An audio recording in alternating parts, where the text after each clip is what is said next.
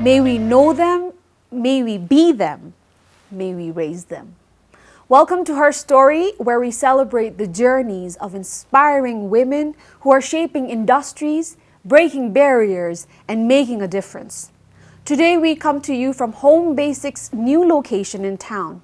Home Basics is our location partner. It's a trendy store offering the latest furniture and stylish interior decor, perfect for transforming any space into a modern and elegant haven. Today we're joined by Sonam Choki, Managing Director of Bhutan Herbal Tea, a pioneer in Bhutan's herbal tea industry. With 7 years of experience, she has combined tradition with innovation to build a thriving brand. Join us as we explore her inspiring journey, the challenges she has overcome, and her vision for the future of Bhutanese herbal products. Hello and welcome, La. How are you feeling? I'm good, thank you. Thank you for having me here. My first question, I want to take you back to when you were a little kid and want to learn about, why don't you share a childhood memory that has left a mark on you? It's quite unfortunate. I don't really have a core childhood memory as such, but I think that really, the first thing that comes to my mind is my mother and her passion for gardening. So I was a very, very picky child. So I used to only love chicken, so hardly any vegetables. So my mother always had a small kitchen garden, so where she had her vegetables, her herbs. So I think that has been a really core memory for me, because whatever we had, especially the vegetables, so she used to pick everything from her own little kitchen garden, and then so she used to have all these little stories so that she would make me eat the vegetables. And I think the same goes with my sisters. So that is how we got into eating our greens. So I think one of the main reasons of me venturing into the tea is also she's been a huge inspiration, because she has been the one who has been always bringing in and introducing different types of teas, and always into health. So I think my mother has been one of the main memory for me and inspiration always, and is also still date. So from being a very picky, strictly chicken eater to now being the managing director of a herbal tea product. How has the journey been? I mean, how did it start? The journey has been a very chaotic one, and I mean, it was not a very easy transition for me, because I studied to become a lawyer. So I did my LLB from India, and I was working towards becoming a lawyer, but then unfortunately my father, who had health issues, his health deteriorated, and after his transplant, he decided to have a career change. So profession, so he changed 360, and from there, from a hotelier, he became a farmer. So I, being the daughter, being the eldest, so I thought, okay, I should help my father in some way. And I decided to follow him to Gelifu and become a farmer myself along with him. Then I realized it was literally not my cup of tea. And I was like, okay, if I cannot become a farmer, I can do something else to help him.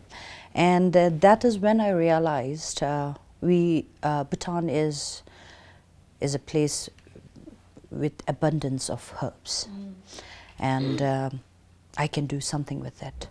And like I said initially, my mother, she always had some sort of green tea or herbal tea always at home, and I myself, because of my stomach issues and all that, so I was drinking a lot of herbal tea myself, so which was always imported product. We did not have much options of varieties available locally. So then I thought, like, why not give it a try? And my father, he became one of my biggest supplier. So I buy from him and I make it into a tea blend, and I tried to make it a tea blend, and it was a very small beginning. Yeah. So tried whatever we had, whatever my father was growing at the moment. So we tried collecting those herbs, and of course we tried working with other farmers also who had other herbs readily available, and that is how I came and tumbled upon moringa. Then that was the paradigm shift for me, because rather than sticking to the age-old traditional green tea, I made a shift to moringa tea. And we tried blending moringa leaves with other herbs. And that's what's different about your tea, Yes. right? I was reading a website and I found out how you use moringa in it's the basic Yes. product that you So use. instead of, so usually what people, what other tea blends do is keep green tea Camellia sinensis as the base tea and then use other herbs to complement. But in our case, we use moringa as the base tea and mix it with other herbs. What are some benefits of moringa? Oh, moringa has been termed as the miracle tree. So it has multiple health benefits. Firstly, I would say it's caffeine free.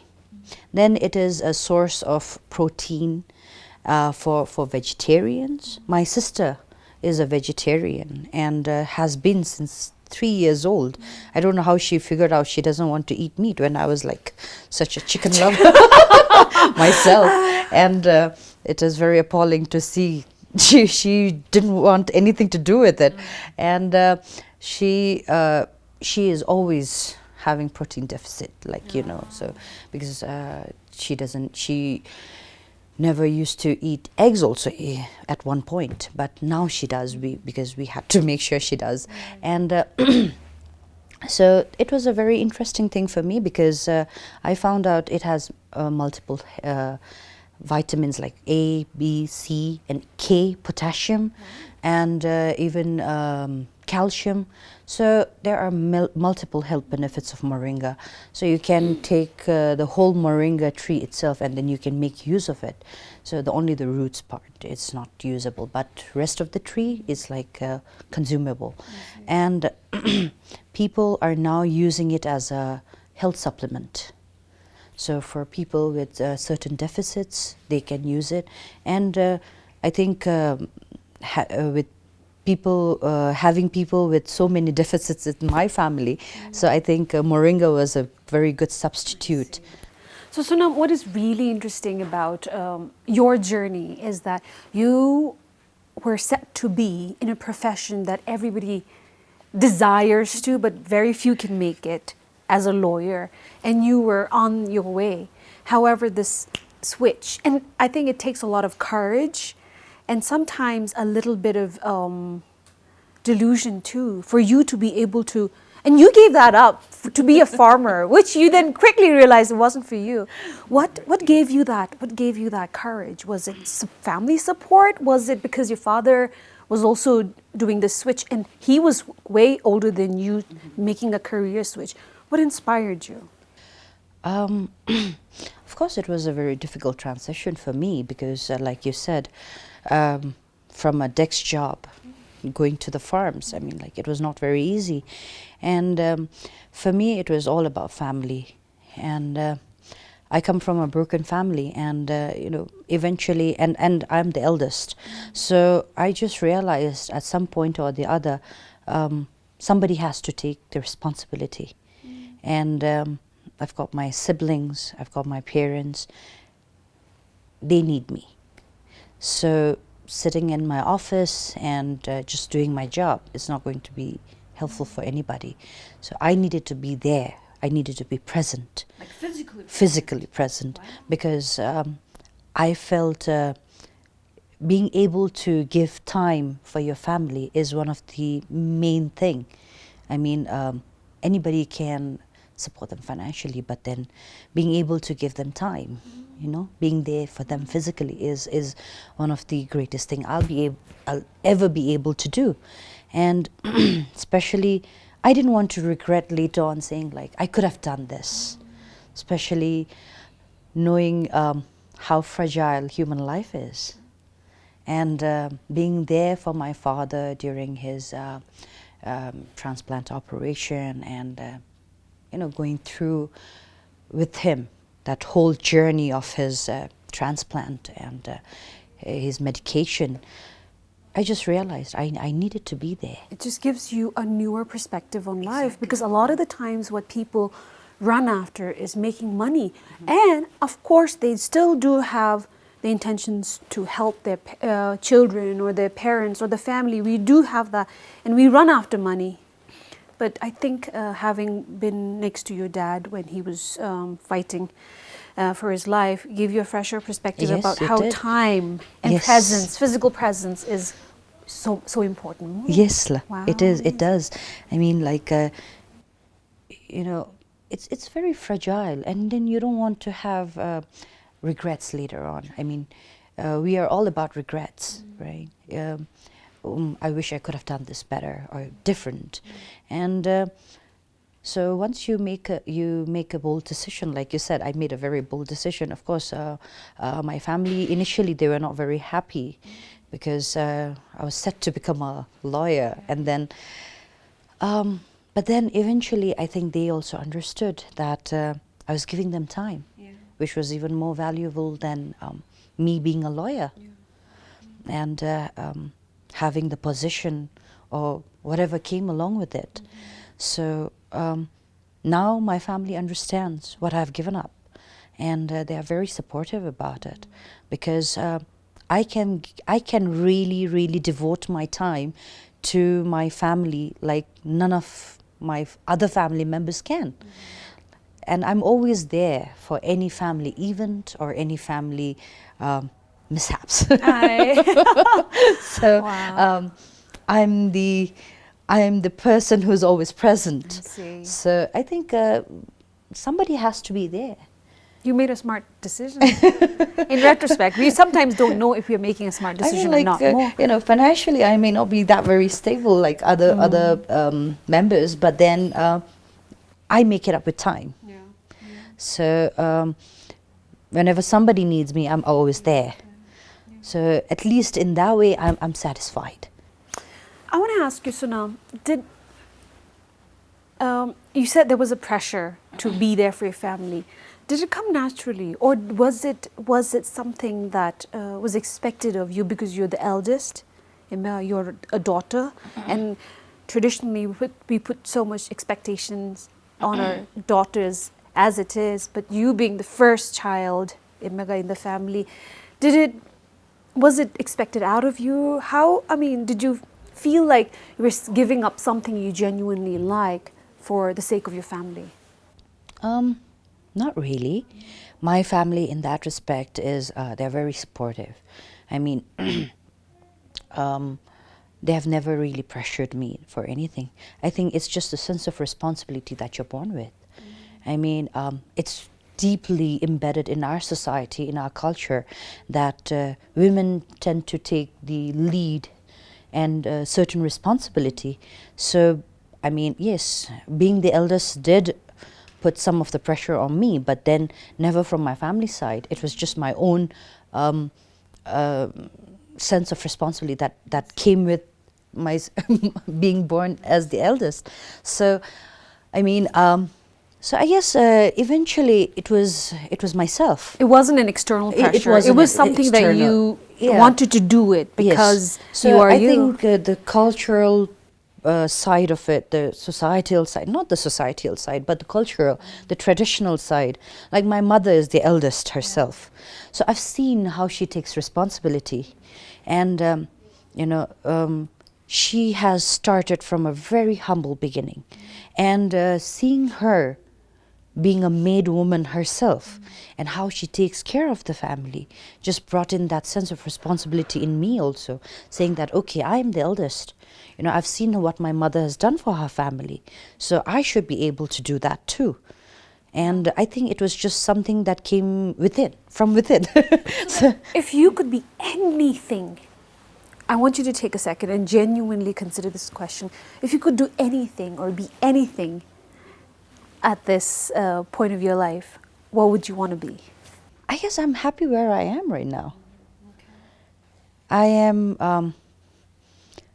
I am a responsible daughter. I'm a responsible sister, and I would say I'm a responsible wife too. I tried. I try. My husband might differ, but you know. We're not interviewing him, don't worry. So in that case, so yeah, I'm happy where I am.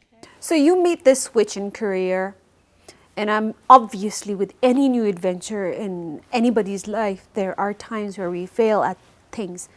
So I want to know if you have experienced failure, and I would also like to know how you overcame them. Well, failure is always a part of the journey. So, being an entrepreneur, I had to pull up my bootstraps, buckle up, and be prepared for anything.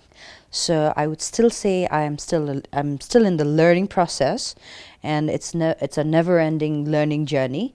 And for me, I think. Initially, when we started this business, when I started this business 7 years ago, the acceptance of Bhutanese herbs and Bhutanese entrepreneurs was not as welcoming as it is now. People did not really understand the unique taste of Bhutanese herbs, and it was quite a difficult time, and especially making people understand moringa, because everybody was used to green tea. And then we had this famous Chinese green tea, Chinta tea. Yeah. So everybody knew only that. And I guess that was a biggest challenge for me. And it was something that I had to overcome. And what we did was we had to do a lot of storytelling. We had to give out a lot of free samples so that people can understand the unique taste and feel the difference for themselves and experience it. So, but then eventually, 7 years down the line, now you see there are more than 15 to 16 different tea companies. And then there are, I think, if I'm not wrong, 3 to 4 companies doing moringa tea now. So people are understanding it. There's demand for it There's in the market demand for now. it. Wow. So exactly. So we have come a long way. Baton Herbal Tea has 11 products? No, sorry. We did have 11 products, but then we brought it down to 9 now. Okay. Yeah. You have 9 products, Memo. And there are, again, you said, but 15 other tea firms in the country. The challenge, however, the competition, however, is it's not amongst yourselves, but competing with the international tea that comes in a lot cheaper, easily available. So how do you cope up with that? We stick to our ethics. We just because the teas which comes across the border are imported, are cheaper, we do not bring our prices down, because since we work with local farmers, we are ensuring that we are giving high quality herbs to our consumers. And I think now people are understanding that Bhutanese products are ensuring the quality herbs.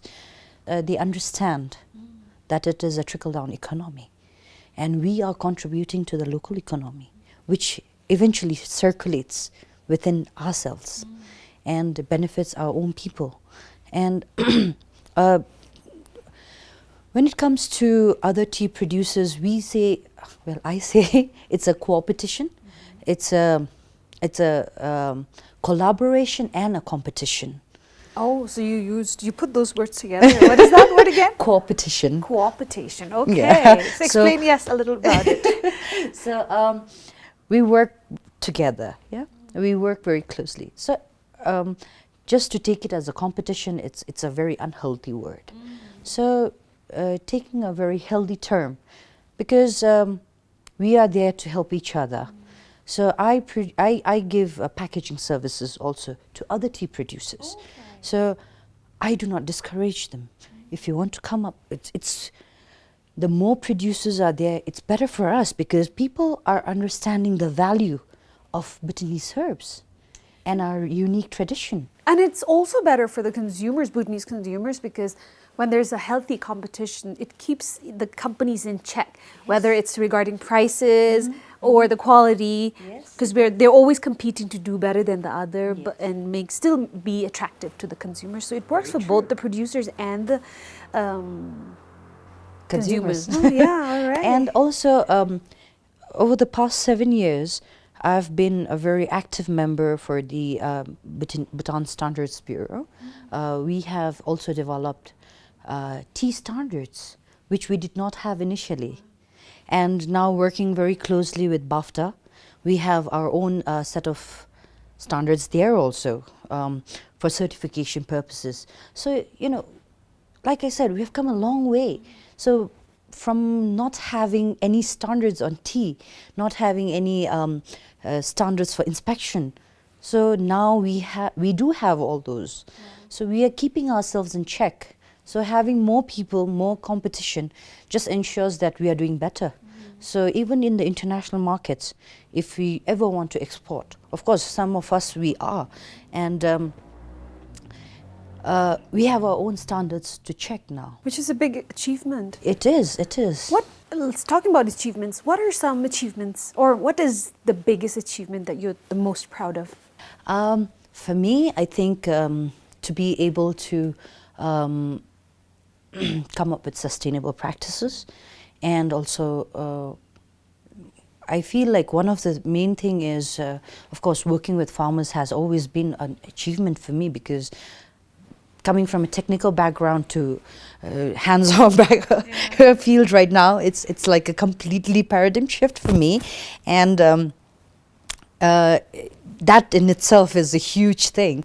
But at the same time, from not having any standards on tea to having a proper standard, that is one thing. And another thing is being able to promote the same sustainable practices to the farmers, to our farmers. And I think one of the main thing is being able to open this gateway for other tea producers also. So How about being a woman in a world full of male entrepreneurs?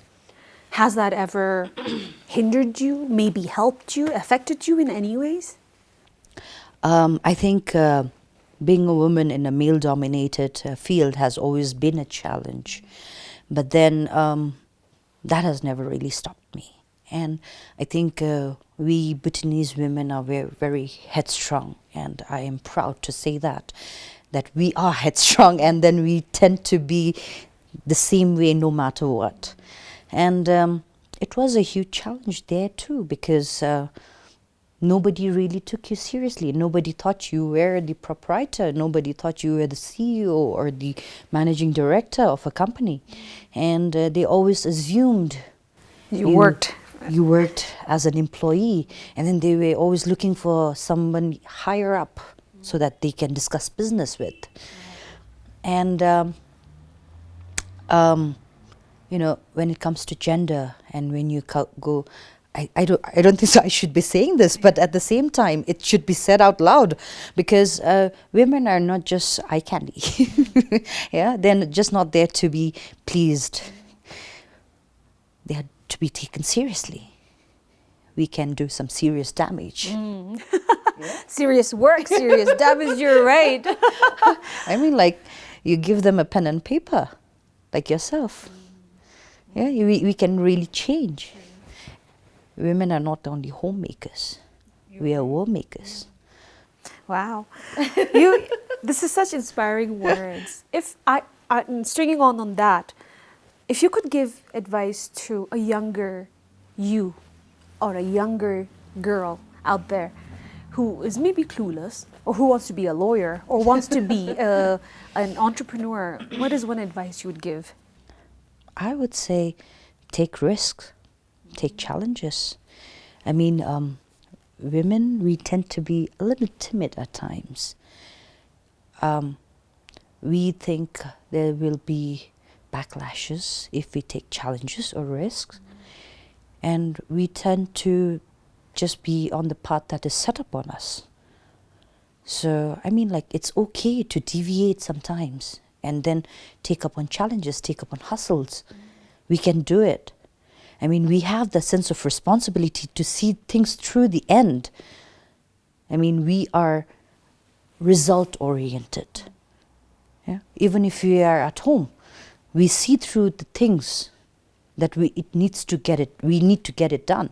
So in the same manner in life, we can get it done. It's just that you need to take risk upon yourself. I just feel that. In your own words, complete the sentence, okay? Okay. So Sonam Choki is A passionate advocate ensuring in Bhutanese tradition and inculcating modern wellness. spoken like an entrepreneur there. All right, thank you so much, Sonam.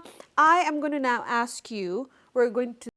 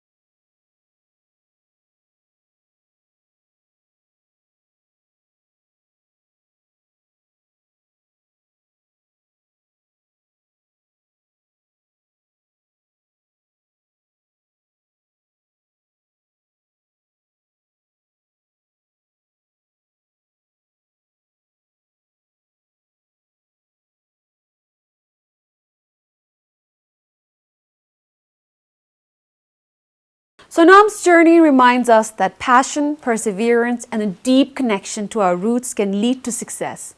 As she continues to champion Bhutanese herbal products, she paves the way for future entrepreneurs, especially women, to dream big and make an impact. Thank you for joining us on Her Story, and remember, your story is a part of the greater narrative of change and progress. Until next time, keep writing your own Her Story. Bye-bye.